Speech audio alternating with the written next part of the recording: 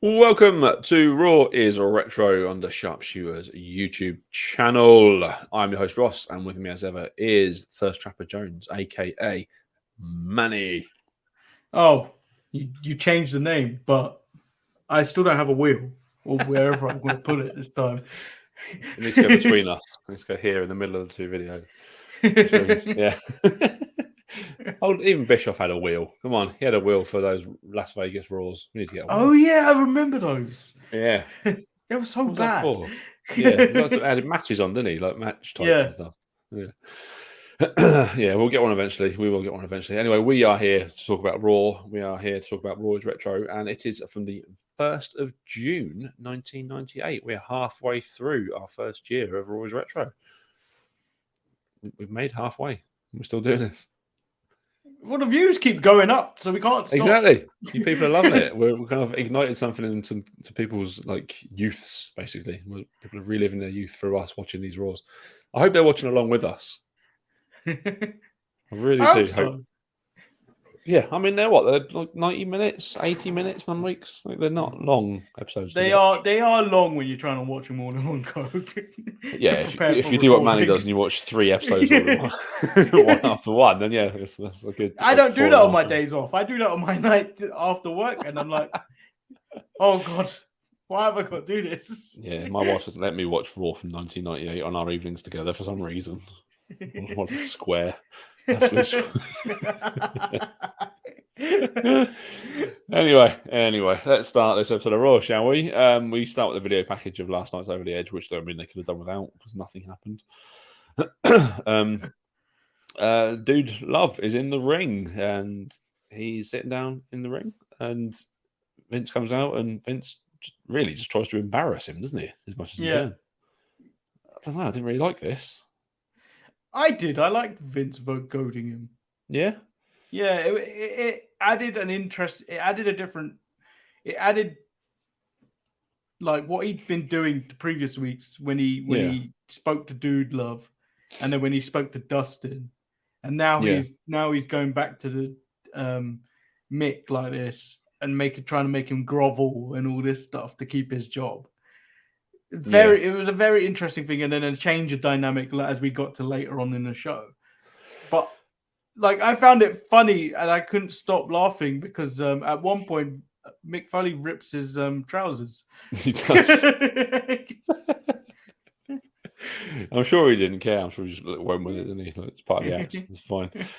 Yeah, I don't know. I suppose it does all lead to eventually when Foley finally gets his comeuppance on Vince. Like it's a very long running storyline. So in a way, it is really good. It's really good world building from them. I don't know if this was the plan, but if it might have just been a lucky coincidence. But it does work out really well in the end for them. Yeah. Our first match of the evening. I am sick of these 6 people already. I already expressed my hatred in last week's episode. This is when I text everyone, what the fuck am I watching? Because this was terrible. This was so bad because it was like the old WWE games when you fight backstage and you can only stay in one certain area. Yeah. It was like this, and it was a small area. Yeah. And all you got is Sunny screaming, running from place to place. She's screaming, and then you get the cool American badass before he was the American badass. Undertaker just beat everyone up. Yeah, just breaking kayfabe, Taker. What are you doing? We did it for weeks after this as well. Yeah, the fight it didn't even it just sort of finished, didn't it? Okay, is that it? I thought this was a match. Someone should have pinned someone. I don't really get what happened. We come back after the break, and Vince is he's been hunted out by the Undertaker, isn't he? Undertaker wants to find him. Our first match of the evening is Val Venus versus Papi Chulo. Or Pimp Daddy. Yeah, Papi Chulo means Pimp Daddy, apparently. Hang on a minute. Papi Chulo as I'm just reading. You might remember Papi Chulo as Aguila. Oh, wonderful. He's back. He's back. He's now Papi He's unkillable. The unflushable turd that is Aguila. It just won't go away. Val Venus picks up the win with the money shot. The money shot. And then Undertaker is walking towards the ring. Bad things are about to happen. Yes. Yeah, he gets some come back from the break and he's in the ring and he's going off on Vince, basically, isn't he? He's had enough, Yeah, basically. He's destroyed furious. all his monsters, and yeah, he wants his shot, basically. Yeah. This is a little bit of a shoot, isn't it? Like for the time. Yeah, and this is also like Vince using his family tragedies as Yeah, entertainment. yeah, yeah. The man doesn't care, does he? He doesn't care about your personal lives. As long as you can make him some money, you're going to get Yeah, on TV and you're going to talk about it. I did quite like this though. It's like it's the first sort of glimpse into them breaking that fourth wall and like having that bit of like shoot mentality. It will take them another like 12, 13, 14 years before Punk drops his pipe bomb, but like I think this is as real as it's going to get. So like you've got X-Pac shooting on WCW every now and again, yeah, screaming as he does, and then you've got Vince doing Vince mm, and anything involving Vince, you can't tell if it's real or fake a lot of the yeah, time.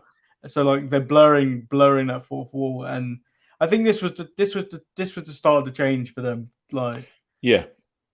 I think people just assume like it was a damn. That's it. It cuts from one yeah, thing to another, but it's been a real gradual kind of arc, which it is quite good to see week by week. Things do slowly change, and if you're not really looking for it, you don't notice it. yeah. So yeah, we start off the King of the Ring qualifying. Oh, but Um, Vince then makes a match between Undertaker and Kane for a shot at the title.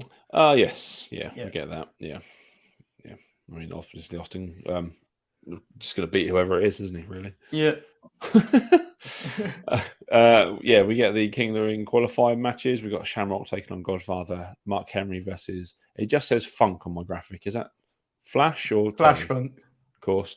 Double J taking on Farouk, Blackman versus Mero. Actually, no, it isn't. It's Terry Funk Is it Terry? because Owen's facing Scorpio at the bottom. Oh yes.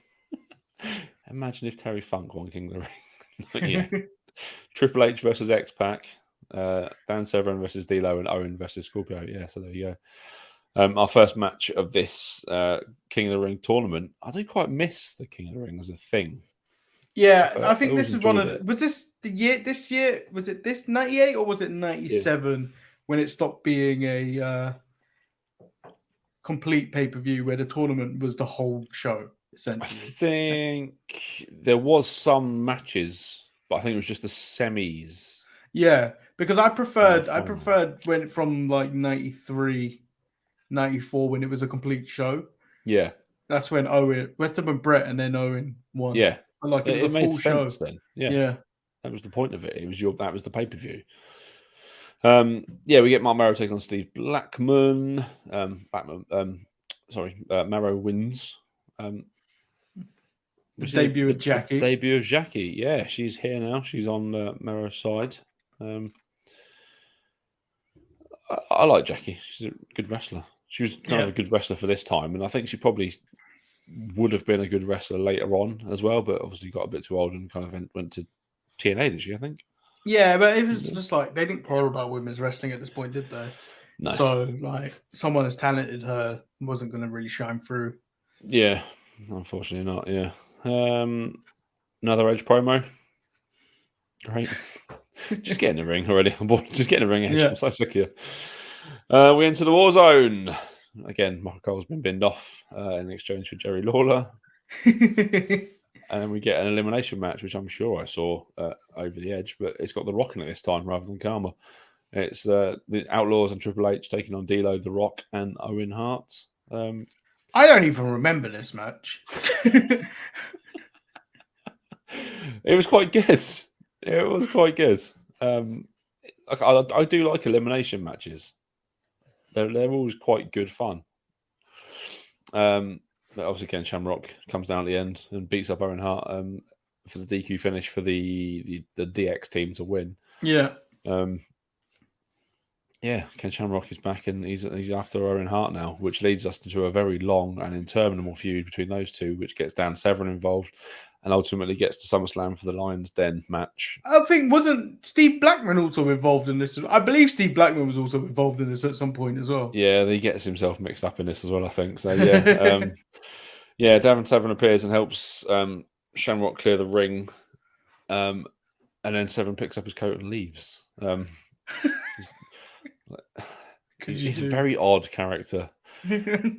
Like he for me in my mind, it's him and it's Dr. Death Steve Williams as these two guys that were brought in as this big massive like name, and they were just never I never even liked Dr. Death Steve Williams. No, because he was with Heel JR, and Heel JR doesn't work as a character. Like he's good old JR. I forgot all about that.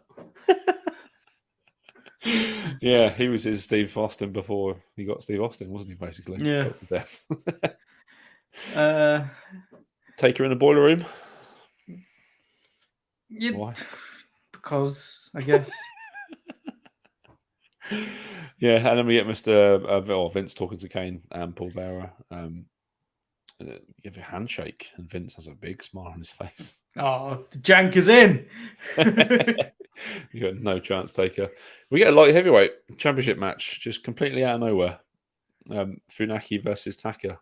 First time we've seen Funaki as an actual first match, I think. I believe this is the first time I've seen Taka Michinoku defend that title in a very long time. Yeah, I mean, WrestleMania was a long time ago at this point, wasn't it? Yeah. Where are you? That was 1, 2, 3, 4, 5, 6, 7, 8, 9, 10, 11, 12, 14 weeks ago. Brilliant. Jack Tunney was here. He would have been stripped of that light heavyweight title. Defend that every 30 days, Taka. Absolutely. Not sure how it works out in Japan, but here at the WWF, you got to defend that title. Yeah, you can't just be walking around. Unless you're women's tag team champions. You can do what you want with those belts. Don't matter. We get Taka wins, obviously retains his title, hits the Michinoku driver. Al Snow is there. Dressed in a very I don't know, an outfit that wouldn't go down very well these days. Very on PC. Yeah, I mean, good match. 3 minutes. They could have given it more time, really. Like you also jumped ahead. You missed out Jeff Jarrett versus Farouk. Did I? Yeah. I totally missed Jarrett versus Farouk. Oh well, that was a qualifying match. I don't even remember what happened. Who won? Well, Tennessee have cleaned up the Godwins at this point as well, and they're now Southern Justice. Oh yes, they are, aren't they? Farouk controlled most of the match, gets distracted by Southern Justice, and then Jarrett cheats to win, KOing Farouk with Tennessee Lee's belt buckle. I don't remember that match at all. I remember it because I was like, who are these guys dressed up? I think I fell asleep again through that one. It's hard. It's hard watching these shows sometimes. Vince joins us with commentary for Terry Funk versus Mark Henry. Yeah, I don't understand why he came on commentary for this. Yeah, what's he got? He got no nothing in this game. It doesn't seem to make any sense why he's there, but I mean, fine. Decent match for a Mark Henry match versus Terry Funk. It is exactly what you'd imagine it would be for 98 Henry versus Terry Funk. Terrible. That's what it was. Terrible. Yeah, Funk hitting that or trying to hit his moonsault and landing on his thigh first on the guardrail. Don't do that, Terry. Like, it's a King of the Ring qualifying match against Mark Henry, for Christ's sake. Yeah. You don't need to do this in this point. Yeah. It's exactly what you think it would be, basically. We got to a break, and when we come back, the glass shatters, and it's our Austin is on his way down to be another commentator. 4 commentators, the 4-man booth. Oh, this was awful. Unheard of. It's been done before, but it is generally awful. Yeah, you've got Vince and Austin just trading back and forth. Well, you're trying to concentrate on what's going on in the ring. Yeah, and I don't concentrate very well. No, it's sensory overload. There's too much going on. I can't take it all in. He's on commentary for the Taker versus Kane match, which will decide the number one contender for Austin's title, which I'm assuming will take place at King of the Ring. Yeah. Yep. Kane wins because we know that, because we talked about it on last week's episode. Kane wins the title at King of the Ring. Spoilers. Yeah. And gives the belt back up a day later on Raw. So we've got that to look forward to. Yeah, so basically, Mick Foley runs to the ring, adds Mankind, and puts Taker in the mandible claw. The man acts like he has no idea why Mick Foley is up there, but he's very impressed with his intestinal fortitude. Yeah, that's a proper Vince line, isn't it? And then once Taker's done fighting with Mankind, Kane grabs him for the tombstone, and the ref suddenly wakes up from the ref bump and then counts the pinfall. Yeah, the convenient timing, but yeah, fine. I mean, Kane versus Austin, it's new. It's something we've not seen before. Kane is at this point still a huge kind of massive monster heel, and Austin's your biggest face. So I mean, it makes sense on paper. It's a terrible, terrible match in reality. Austin has to have, I don't know if this is a slight on Austin, but he has to have workers with him to make a good match. Like Brett and Austin's brilliant. Shawn and Austin, brilliant. Kane and Austin, no. Taker and Austin, no. Like, he has to have that workhorse with him, I think. Well, Taker can produce a good match. I just think Taker and Austin were very similar. It never in worked, a way. did it? They're kind of similar because Undertaker was kind of just a brawler at the same time as well. Yeah, they were both brawlers, yeah. And when they combat, unless the story is good, like you're not really going to get that like standout match. No, it's weird when you look back at Austin's reign, because it really was in a lot of dud matches, I suppose. But yeah, because it's about the personality. Yeah, because of the personality, you get past that. Because like, go back and watch Hogan matches; they're not good. They're awful. Yeah, absolutely. But like awful. Hogan's so over. Yeah. To the point where it's just like, oh yeah, money making machine. Everything, because like even Rock matches weren't good, but like in Megastar. Yeah, I wonder where that point was where it flipped from you. If you're the champion, you have to be kind of a good worker, really. I think Triple H. I think Triple H and then it became that split. Yeah. Yeah, when he became the man. Yeah, that's probably a very good point, actually. Yeah. Well, because you all around that time you started to have the resurgence of the Ring of Honors and TNA coming after the WCW kind of fall. You had these smaller companies coming through where wrestling was heavily focused, and then it was like, okay, we have to change because this is what a lot of fans are watching. So like, yeah. That's good. I think you're spot on, actually. Yeah, Triple H may have been the point. I guess a lot of shit Triple H, but I've always been a fan, I'll be honest, apart from his DX nonsense, which I'm fine with. It's a safe pair of hands. That's what it was, wasn't it? Yeah, just a good solid wrestler and could tell a storyline pretty well. There we go. That's I don't know, quite a bad episode of Raw, really. Yeah, not memorable at all. Didn't really enjoy that one. Match of the night, Manny? I can't literally remember any of them. There isn't one, to be honest. There isn't one. Not the Chicago Street Fight? No, I'm giving this a DNF. MVP? Let's give it to Taka. Yeah. I mean, yeah, it's slim pickings today. Yeah, it really is slim pickings. There's not a lot going on in this episode of Raw. Actually, do you know what? Match of the night, we'll give it to Takamishinoku and Funaki. Yeah, fair enough. Yeah. I mean, it probably was the best match. All the other matches, they're all like 3 minutes long, and I completely missed one of them. Even though I've watched the show. I've missed the debut of Southern Justice. How dare I? Yeah, I'm pretty much with you on both those things. Yeah, it's Taka's night in a sea of shit. Taka's the best thing. Yeah, bad.